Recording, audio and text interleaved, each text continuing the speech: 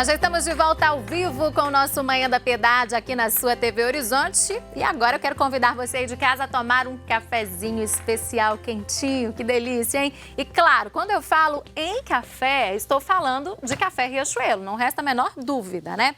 Pois é, então se você gosta de café como eu, você tem que conhecer o quanto antes o café Riachuelo. Isso, gente, porque esse café, ele é puro, os grãos são especiais, selecionados, né, lá do sul de Minas e também da região do Cerrado Mineiro. É um café 100% arábica. Além disso, ele é torrado e moído artesanalmente. Gente, isso faz muita diferença no sabor e também no aroma, viu? Então você, minha amiga dona de casa, você, meu amigo, não se esqueça de levar nas suas compras o café Riachuelo. Você vai levar para casa o verdadeiro gostinho da roça. E não é nenhum produto novo no mercado, não. Tem muita tradição este nome, desde 1962, né? Há esse tempo todo, então, fazendo o café dos mineiros. E aí você me pergunta, Síria, onde eu posso encontrar, onde eu posso comprar o café Riachuelo moído na hora? Olha só, você pode comprar ali no final da Avenida Paraná, fica na virada do MOVE, entre as ruas Santa Catarina e Tupis, né, um local bastante conhecido como Antiga Praça 1º de Maio, fica no centro de Belo Horizonte. Um ponto de referência também é o Mercado Central, que todos conhecem, né? Quer saber mais sobre o café Riachuelo? Então ligue agora, ligue o quanto antes, porque tem uma equipe pronta e preparada para lhe atender. O telefone aparece na sua tela, 3212-7993, o código de área é o 31. Café Riachuelo é o ponto alto em café. Bom, hoje é quarta-feira e todas as quartas-feiras aqui no nosso programa nós sempre ouvimos o que o Papa Francisco tem a nos dizer, né? Mas, gente, neste mês ele está descansando. Claro, o Papa é filho de Deus, né? Merece férias também. Então, ele reduziu as atividades, né? Vai tirar alguns dias para descansar. Então, nós não teremos aqui o quadro O que diz o Papa. Mas em agosto ele retorna, né? Com muitos ensinamentos, como sempre, para todos nós. Então, nós entramos nesse período de férias, né? Pois é, e muitas pessoas, muitas famílias se deparam com algumas dúvidas, questionamentos na hora de planejar as viagens, especialmente se estiverem com crianças ou mesmo adolescentes. Gente, e as regras para menores de idade viajarem aqui no Brasil, de um estado para o outro ou entre municípios diferentes, mudaram, viu? Então, hoje nós vamos entender melhor essas mudanças, né, em uma conversa com a Denise Pires, que é coordenadora do Comissariado da Infância e da Juventude aqui na capital mineira, né, para a gente saber mais sobre essas mudanças, sobre o que você pai, o que você mãe deve planejar para a viagem de férias do seu filho. Denise, bom dia, bem-vinda aqui ao nosso programa. Bom dia a todos e a todas, é um prazer estar com vocês. Uma alegria ter você aqui, ainda mais para falar de um assunto tão interessante nessa época, né, que os pais já programam viajar com os filhos, ou mesmo programa para eles viajarem com algum parente, né, algum amigo. As regras mudou nesse sentido, então, Denise? A partir de março deste ano, com a instituição do Cadastro Nacional de Pessoas Desaparecidas, essa lei ela resvalou no Estatuto da Criança e Adolescente e alterou o artigo 83 do nosso querido ECA. Primeiramente, é importante ressaltar a diferença de criança e de adolescente. Então, a pessoa até 12 anos é criança e de 12 a 18 anos incompletos, o adolescente. Anteriormente, segundo o artigo 83, a autorização de viagem para quando a criança viajasse sozinha, desacompanhada, ela continua a mesma, que é uma autorização judicial. Quando essa criança viaja na companhia dos pais ou de algum parente colateral até o 3º grau, que são os avós, os tios e os irmãos maiores de 18 anos, não há necessidade de autorização nem judicial e nem autorização dos pais ou do responsável legal. Nesse caso não precisa de autorização, então? Não precisa. De 12 anos acima, com a lei anterior, com o original do Estatuto da Criança, o acima de 12 também viajava para qualquer local do país com o seu documento original com foto.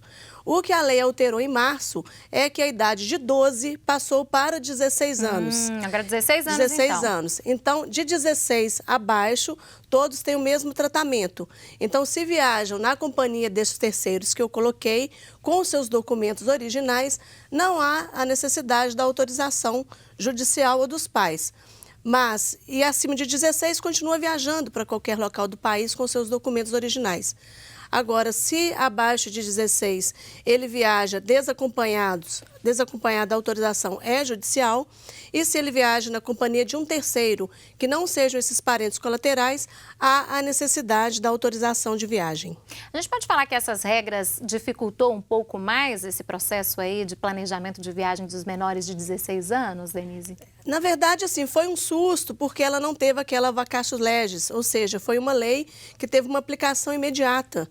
E isso, por falta de conhecimento e até de divulgação, houve uma demanda muito grande nos nossos postos de atendimento, também nos cartórios, onde é feita essa autorização extrajudicial. Mas a gente tenta compreender a intenção do legislador no projeto de lei. Quando a gente estuda o projeto, o inicial era que fosse abaixo de 18, não era nem de 16. Era 18 anos. Então, se fosse seguir o projeto original, menores de 18, de qualquer idade, precisariam da autorização. Na tramitação do projeto de lei, até a instituição dela é que mudou para 16 anos. A gente entende que, pela justificativa do projeto, era para tentar coibir o tráfico de adolescentes, a questão da exploração sexual, das hospedagens irregulares, e o nosso país fronteiriço, grande, com vários países ao redor, essa mudança pelas fronteiras secas, elas seriam mais facilitadas se ficasse como estava. Então, houve um estudo da ONU falando sobre desaparecimento de crianças e adolescentes, que está aumentando em 10% todo ano. E no Brasil, no último ano, 50 mil pessoas abaixo de 18 anos desaparecidas. Então, a gente tenta compreender essa ideia da proteção da criança e do adolescente, em que pese o dificultador de tirar essa autorização muito em cima da hora. Então, é necessário haver um planejamento. Sim. Né? O que é ideal? Com quanto tempo de antecedência quem vai viajar já planejar e, né, se preparar tudo necessário para essa documentação, autorização, no caso? No caso das viagens internacionais, quando há necessidade de intervenção do Poder Judiciário, de 20 a 30 dias de antecedência, porque para o juiz suprir essa autorização, suprir um dos genitores faltantes, é necessário um processo. Ele é um processo administrativo, sem custas, não precisa de advogado, mas tem que pegar esse formulário com a gente na nossa sede ou no site da Polícia Federal, preencher, colocar as testemunhas, a pessoa mesmo distribuir. Pode preencher em casa. Sim, leva, preenche em casa, ou tira o modelo e preenche, mas é um processo. Pode haver audiência, oitiva das testemunhas, para que o juiz tenha essa segurança de liberar uma criança ou adolescente para o exterior. No caso das viagens nacionais, no nosso posto e na rodoviária, e assim como em Confins, essa autorização ela é retirada na hora. A gente tem isso no computador, esse formulário para se retirar.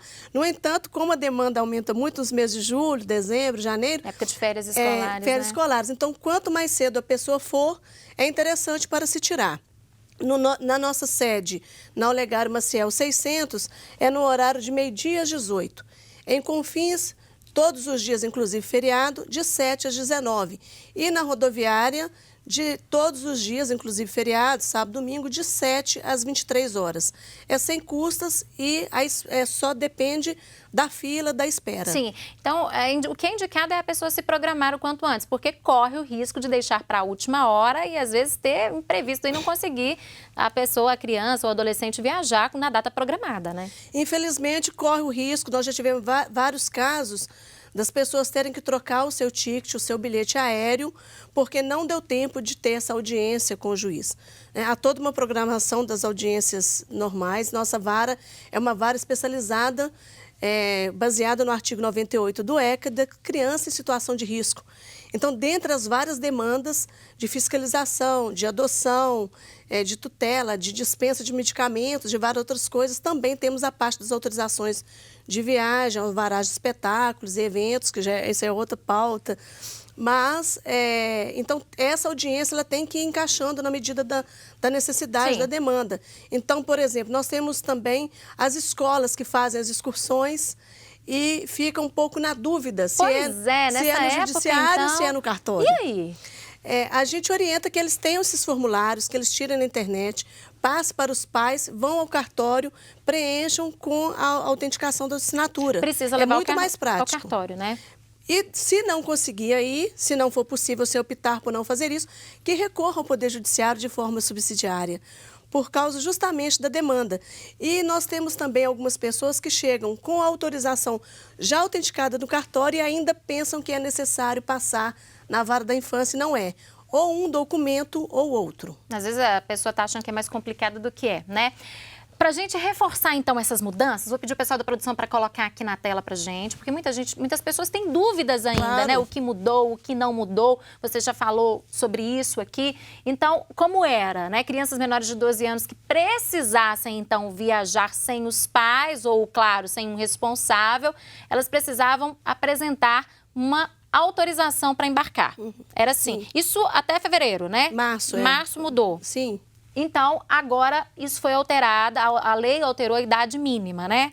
Então, agora não mais 12, mas sim 16 anos. 16 anos. E uma questão que é importante colocar, que às vezes citamos um pouco menos, é a questão da hospedagem. Pois é. Então, independente... Estamos preocupadas só com o embarque, né? Com o E depois? transporte. Pois é, e a hora que chega no hotel para se Isso. hospedar? Vamos supor, você conhece uma pessoa na internet, um amigo, e você tem 16 anos e você viaja sozinho, mas você chega lá, não vai ficar na casa do seu amigo, você vai ter que hospedar numa pousada, num hotel.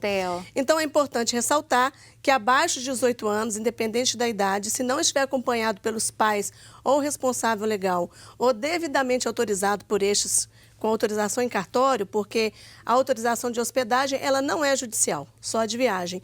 Então, se seu filho tem 12, 13, 15 anos, ele vai viajar sozinho, tem a autorização da viagem, mas ele vai hospedar num motel, vai numa excursão, é necessário fazer a autorização de hospedagem. Que é diferente da de viagem. Que é totalmente diferente da de viagem. Como que é feita essa? Da mesma forma que você pode pegar os modelos da autorização de viagem para fazer em cartório, também tem as de hospedagem, mas o importante é que se coloque toda a qualificação de quem autoriza, que são os pais, de quem é autorizado, que é o filho, documento dele, a identidade, o endereço, o e-mail, o telefone e a companhia de qual terceiro que ele vai se hospedar. Os dados dessa pessoa também. Tudo completo. E, no fim, colocar o local, o período, o nome do hotel, o telefone, para que esse documento sirva de lastro. Se, infelizmente, esse adolescente sumir, ter uma forma de procurar um comprovante. Tá. E a gente tem que também privar pela autonomia. E esse documento deve ser apresentado no momento que a pessoa fazer check-in no hotel. No hotel. No hotel. E fazer em 2 vias e por hospedagem também, obviamente. Se ele vai hospedar em locais diferentes, fazer essa autorização para cada local, porque ele tem que ficar com uma via. Da mesma forma, a viagem. Se ele vai fazer vários trechos, vai daqui para São Paulo, de São Paulo vai para Recife, por exemplo, tem que fazer as autorizações separadas para que possam ficar, acompanhar em cada trecho. Tem que ficar atento a isso, né? Agora, novamente, voltando aqui para essa questão das mudanças, né? A autorização, que é o que a gente está falando, né? Os pais, então, reforçando o que você já disse, que é um assunto que gera dúvidas. Os pais, os responsáveis devem preencher esse formulário. Tem no site da Polícia Federal, do Tribunal de Justiça também, né? Sim. E uma coisa que é importante é a gente atentar para a competência, para a jurisdição. Belo Horizonte cuida dos seus habitantes, dos seus moradores, a demanda é muito grande e a gente sabe que Belo Horizonte tem uma estrutura maior, tem um referencial, tem pessoas para ajudar e a gente tenta auxiliar nas comarcas contíguas, na região metropolitana, mas o juiz é competente na sua comarca. Os moradores de Belo Horizonte procuram o posto da rodoviária ou a nossa sede. E os de Nova Lima, de Sabará, de Contagem, de Ribeirão das Neves, procurem o juizado da infância da sua região. Porque cada um, dentro da autorização, como tem os endereços, é o juiz daquela competência. As pessoas às vezes confundem muito também onde procurar, né? Agora, vamos falar de viagens internacionais. Como fica a situação agora? Na questão da viagem internacional não se altera com a lei, porque os menores de 18 anos só viajam com os pais ou responsável legal, ou também autorizado no próprio passaporte. Na questão da viagem, só fazer um parêntese, porque é importante, na questão da viagem nacional, se a criança ou adolescente ele viaja para o mesmo destino com frequência, por exemplo, ele, por motivos de estudo ou para visitar um dos genitores, ele sempre viaja, pode pedir ao juiz uma autorização de até 2 anos. Então, não precisa de ficar sempre pedindo nesse período ir lá e renovar, não precisa. Não precisa de renovar. Agora, no caso da viagem internacional, quando não tem no passaporte, quando faltam dos pais, é necessário fazer um procedimento administrativo dessa autorização da viagem internacional. E isso é importante, não é o caso da nacional. Da nacional, só se houver algum conflito é que é necessário Mas se tiver tudo certo, Mas não se é tiver tudo necessário. certo, nós, os comissários da infância e da juventude, nós somos delegados para fazer essa autorização. A internacional é um pouco mais complicada, demanda um pouco mais de tempo, pode haver audiência, então é importante ficar atento para esses detalhes. Tá, então as pessoas têm que ficarem atentas e se planejarem o quanto antes, tanto para viagens nacionais quanto internacionais. Essa é a principal dica, né? E andar com os documentos originais, Também. né? Sempre portar os não documentos esquecer originais. em casa, né? No caso da criança, certidão de nascimento. E se tiver identidade, ainda melhor, por causa da foto, para se comprovar. No caso do adolescente, nós temos normas da ANAC, da NTT, a questão dos adolescentes viajarem com o documento original com foto, ou seja, o seu passaporte ou a sua carteira de identidade. Tá certo, faça um checklist aí para não esquecer nada antes de viajar, então. Denise, muito obrigada por ter vindo conversar conosco. Gostei muito das dicas, tenho certeza que quem está em casa também. Bom dia para você. Bom dia, obrigada, sempre à disposição. E você aí de casa, continue conosco. Vamos para um rápido intervalo e voltamos daqui a pouquinho. Não saia daí.